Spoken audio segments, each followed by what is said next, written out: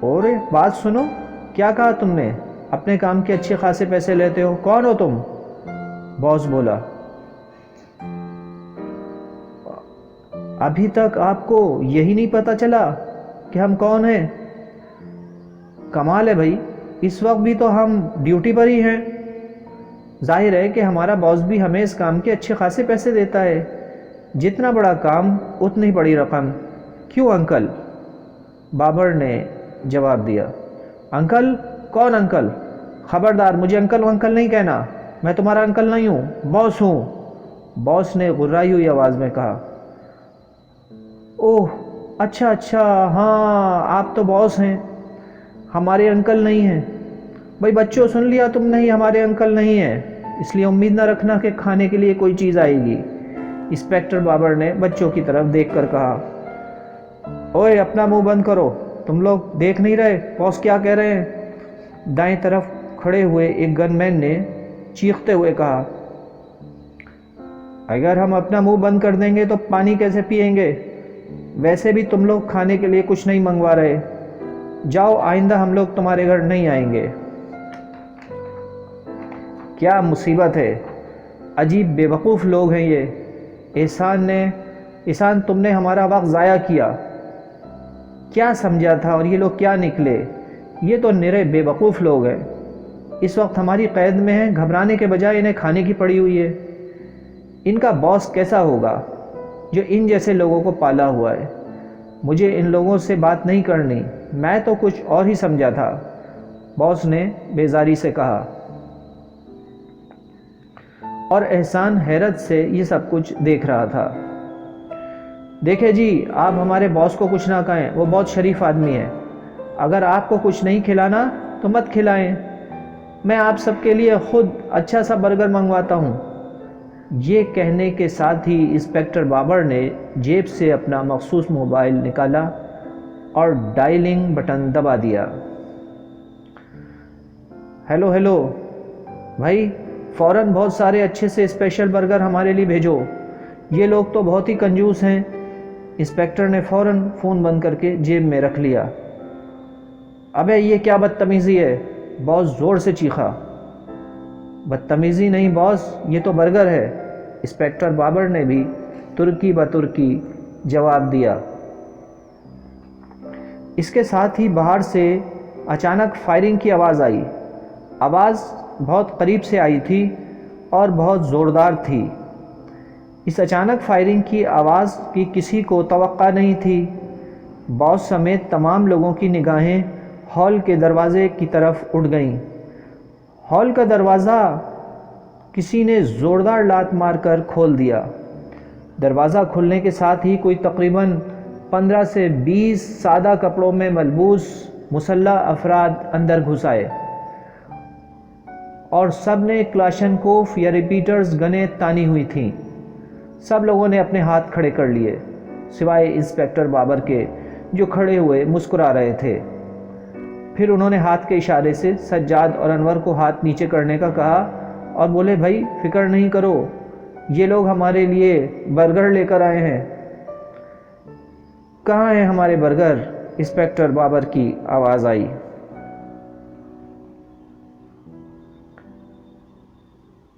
ایک سادہ کپڑے والے نے آواز لگائی، برگر اندر لے آؤ۔ اور پھر ایک آدمی بڑے سے شاپنگ بیگ کو اندر لے کر آ گیا اور انسپکٹر بابر کی طرف بڑھا، ایک سلوٹ مارا اور بولا، یہ لیجئے سر آپ کے برگر۔ آؤ بھائی، ہمارے برگر آ گئے، ہم تو ابھی برگر کھائیں گے، بہت بھوک لگی ہوئی ہے۔ جاؤ بھائی، ان سب کنجوسوں کو لے جاؤ۔ اچھا خاصا اگر برگر منگوا لیتے تو ان سب لوگوں کو نہیں بلوانا پڑتا، انسپکٹر بابر نے باس کی طرف گھور کر دیکھتے ہوئے کہا۔ باس کی تو آواز بند ہو کر رہ گئی تھی، جیسے اس کے جسم میں خون ہی نہ ہو۔ پھر سادہ کپڑوں والوں نے تمام مجرموں کے ہاتھ پیچھے کر کے رسی سے باندھے اور انہیں دھکا دیتے ہوئے باہر کی جانب لے گئے۔ احسان کو انسپکٹر بابر نے آنکھ کے اشارے سے اپنی طرف کھڑے ہونے کا کہا، اور ایک مرتبہ پھر انسپکٹر بابر کی آواز آئی، آؤ بھائی بیٹھو، پہلے برگر کھا لیں پھر یہاں سے چلتے ہیں، میں نے کافی دیر پہلے ہی برگرز کا آرڈر دے دیا تھا۔ انسپکٹر بابر نے سجاد، انور اور احسان سے باری باری ہاتھ پر تالی ماری اور پھر چاروں بازار سے لائے ہوئے مشہور کمپنی کے برگر اور کولڈ ڈرنک سے لطف اندوز ہونے لگے۔ یہ گروہ اپنے انجام کو پہنچ چکا تھا۔ حکومت نے اس گروہ کے پکڑے جانے کی وجہ سے حوصلہ افزائی میں سجاد اور انور کو 2-2 لاکھ روپے نقد اور کارکردگی کا سرٹیفکیٹ دیا، کیونکہ دونوں لڑکوں نے اپنی جان کو خطرے میں ڈال کر اس گروہ کو پکڑوایا تھا، اور احسان کو وعدے کے مطابق معافی دی گئی اور ساتھ ہی 1 لاکھ روپے نقد انعام دیا گیا۔ یہ سجاد اور انور کی زندگی کی ایک بڑی اور حیرت انگیز کامیابی تھی۔ انسپکٹر بابر نے دونوں لڑکوں کا بینک اکاؤنٹ کھلوا کر رقم ٹرانسفر کروا دی۔ دونوں کے فقیر والے میک اپ بنانے کے بعد کوئی بھی اندازہ نہیں لگا سکتا تھا کہ یہ وہی دونوں ہیں، اور انسپکٹر بابر تو خیر تھے ہی بیس بدلنے کے ماسٹر، اور یہ سب سوچ سوچ کر وہ خوب انجوائے کر رہے تھے۔ اور اس سارے واقعے میں جو ایک اہم تبدیلی ہوئی وہ احسان کی جرم والی زندگی تھی جس سے اس نے توبہ کر لی تھی۔ بلا شبہ یہ ایک بڑی کامیابی تھی اور بہت خوشی کی بات تھی۔ اتنی بڑی رقم کا ان کے پاس آ جانا ان دونوں کو تو یقین ہی نہیں آ رہا تھا۔ اس میں شیخ انیس کا بھی بہت تعاون تھا، ورنہ یہ کام نہیں ہو سکتا تھا۔ دونوں لڑکوں نے شیخ صاحب کا شکریہ ادا کیا اور شیخ صاحب نے بھی فخریہ انداز میں خوشی کا اظہار کیا۔ انسپکٹر بابر نے دونوں کو آفر کی کہ وہ اب پہلے سے زیادہ اپنی تعلیم پر توجہ دیں۔ ان کے پاس ابھی اتنی رقم آ گئی ہے کہ وہ کالج کے ہاسٹل کی فیس ادا کر سکتے ہیں اور اپنے اخراجات اٹھا سکتے ہیں، اس لیے وہ اب ہوٹل چھوڑ دیں اور انسپکٹر صاحب ان کے ہاسٹل اور کالج کی فیس کو مزید رعایت دلوا دیں گے۔ انسپکٹر صاحب کی اس آفر کو دونوں نے بڑی خوشی سے قبول کیا۔ البتہ شیخ صاحب تھوڑے اداس نظر آ رہے تھے، مگر ظاہر ہے کہ تعلیم سے زیادہ کوئی چیز قیمتی نہیں ہوتی۔ وہ تو مجبوری میں ہوٹل میں کام کر رہے تھے، ورنہ اتنا ٹائم کام میں لگانے کا اور کوئی مقصد نہیں تھا، لیکن قسمت نے ان کا پورا ساتھ دیا ہے۔ کچھ ہی دنوں کے بعد سجاد اور انور ہاسٹل شفٹ ہو چکے تھے۔ پڑھائی بھی اپنے زوروں پر تھی۔ ہاسٹل میں ہر کام اپنے وقت پر ہونے کی وجہ سے ڈسپلن کی پابندی کرنی پڑتی تھی۔ ان کے برابر والے روم میں 2 ایسے لڑکے رہتے تھے جو امیر ماں باپ کی اولاد تھے، اور ان کو ہر وقت شرارت کرنے اور دوسروں کا مذاق اڑانے کی عادت تھی۔ اپنے آپ کو وہ دوسروں سے برتر سمجھتے تھے۔ ان کا نام عامر اور راحیل تھا، لیکن ہاسٹل میں سجاد اور انور کے داخل ہو جانے کی وجہ سے وہ بہت زیادہ حسد کرنے لگے تھے، کیونکہ یہ دونوں اپنی پڑھائی میں محنت کی وجہ سے کالج کی انتظامیہ اور پرنسپل صاحب کی نظروں میں کافی آگے آ گئے تھے۔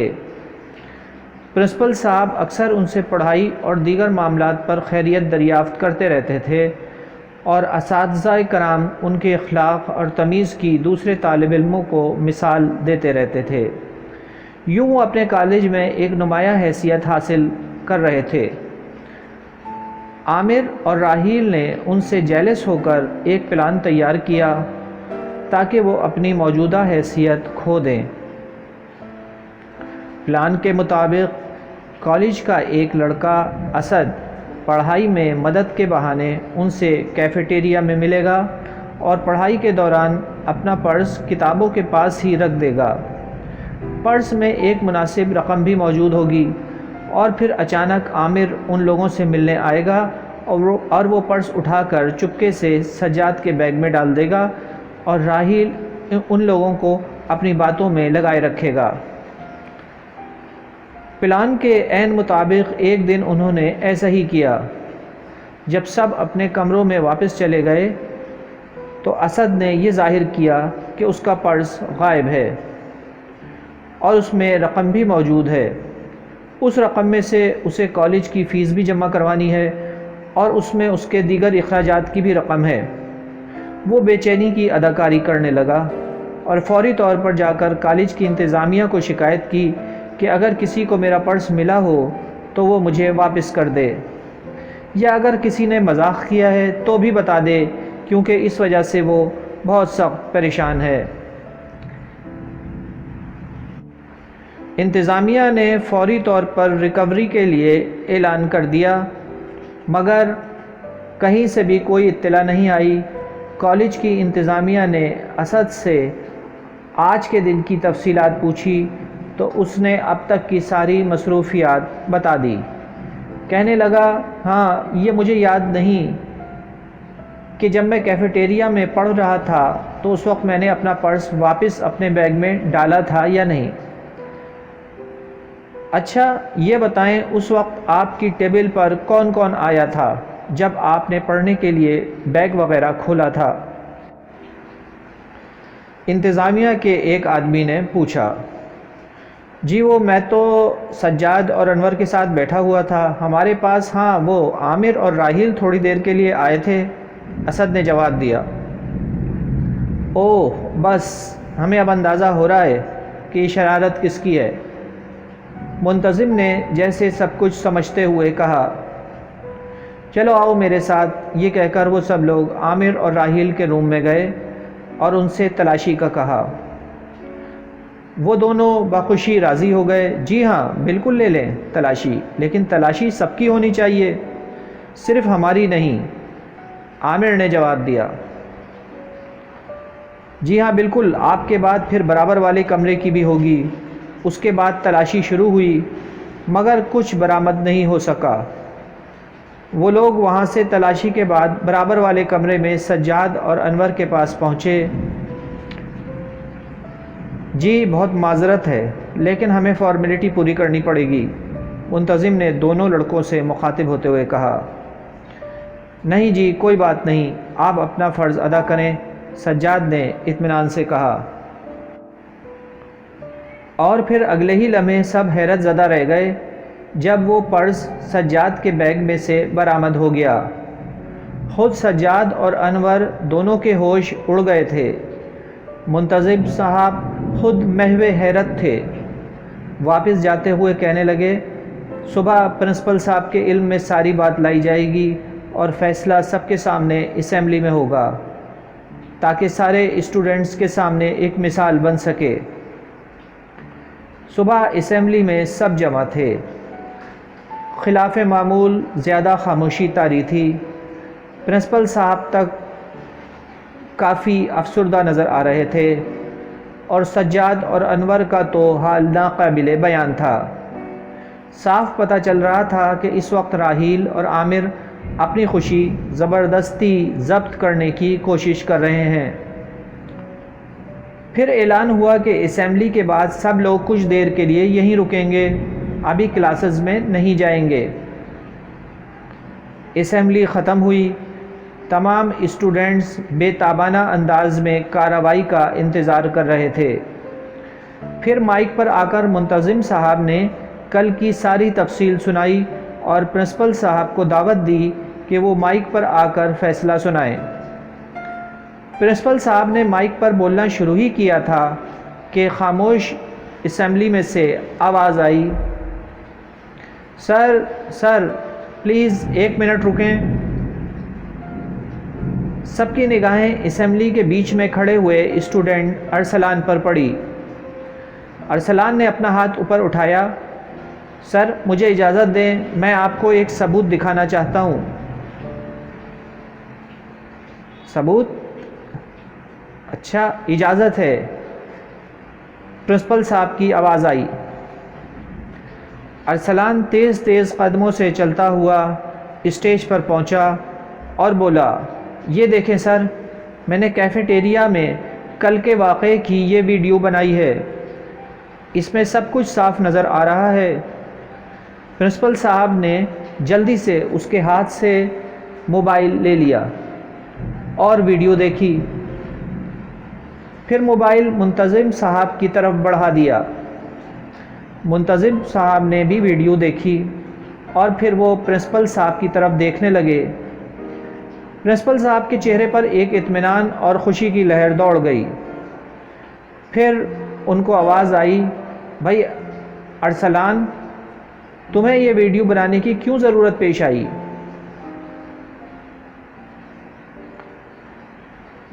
سر وہ اس لیے کہ ایک مرتبہ عامر میرے ساتھ بھی اسی طرح کی حرکت کر چکا ہے۔ یہ دونوں عامر اور راحیل دوسروں کو تکلیف پہنچا کر خوش ہوتے ہیں، لیکن کل جب یہ سجاد اور انور کی طرف پہنچے تو انہوں نے ایک دوسرے کی طرف آنکھ کے اشارے سے اسد کو اشارہ کیا۔ میں سمجھ گیا تھا کہ اب کچھ کرنے والے ہیں۔ میں نے اسی وقت اپنا موبائل شوٹ کرنے کے لیے استعمال کیا۔ میں ان لوگوں کی سیٹ کے بالکل پیچھے والی سیٹ پر ہی بیٹھا ہوا تھا۔ یہ اپنی کارروائی میں مجھے نہیں دیکھ سکے۔ میں ان دونوں سے بدلہ لینے کا کافی دنوں سے منتظر تھا۔ اس طرح میں نے نہ صرف اپنا بدلہ لیا ہے بلکہ دو بے قصور اسٹوڈنٹس کو بھی بے عزتی سے بچا لیا ہے۔ یہ کہہ کر ارسلان خاموش ہو گیا۔ اسمبلی میں ایک عجیب سا سناٹا طاری ہو گیا تھا۔ منظر بدل چکا تھا۔ اب سجاد اور انور شکر ادا کر رہے تھے کہ وہ سرخرو ہو گئے، اور راحیل اور عامر ایسے شرمندہ ہو رہے تھے جس کا وہ سوچ بھی نہیں سکتے تھے۔ پرنسپل صاحب نے فیصلہ اب کل تک کے لیے ملتوی کر دیا تھا۔